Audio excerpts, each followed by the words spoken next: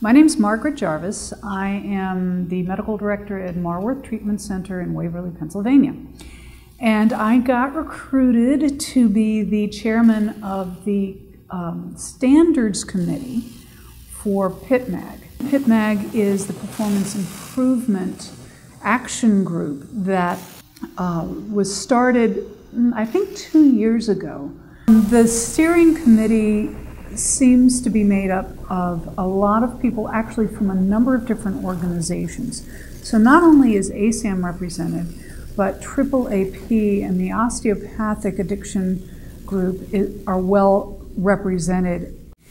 And they are there to make sure that the ultimate outcomes of this work is going to work for everybody. Every physician who takes care of addicted persons will be able to make use of what we're putting together.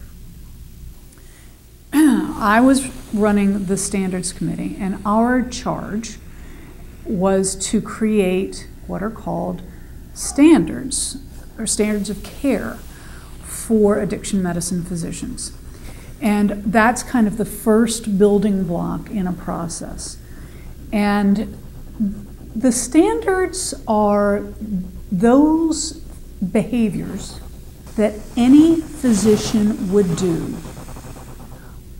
given a particular patient with a particular disease process, unless there was something just extraordinary going on. Given that the physician workforce for this disease is really pretty small, there aren't enough doctors to be providing care on an individual basis to every person with addiction. Even if we just looked at the people with addiction who are currently showing up for treatment, there aren't enough doctors to go around. And so there are a lot of other people who get involved in doing assessment, collecting information, providing treatment. And so we see the physician as generally being at least the medical leader of those teams and the person who's making the medical decisions. Now, we also have been aware that in a number of situations, as it currently stands in this country, that there are situations where physicians have been hired to sign off on care that they really don't know much about. And a number of the people who were on the committee felt that this is really an inappropriate, unethical way to practice medicine. And so we have language in the standard that says that the doctor, if you're going to sign off on the treatment, you need to know what's going on.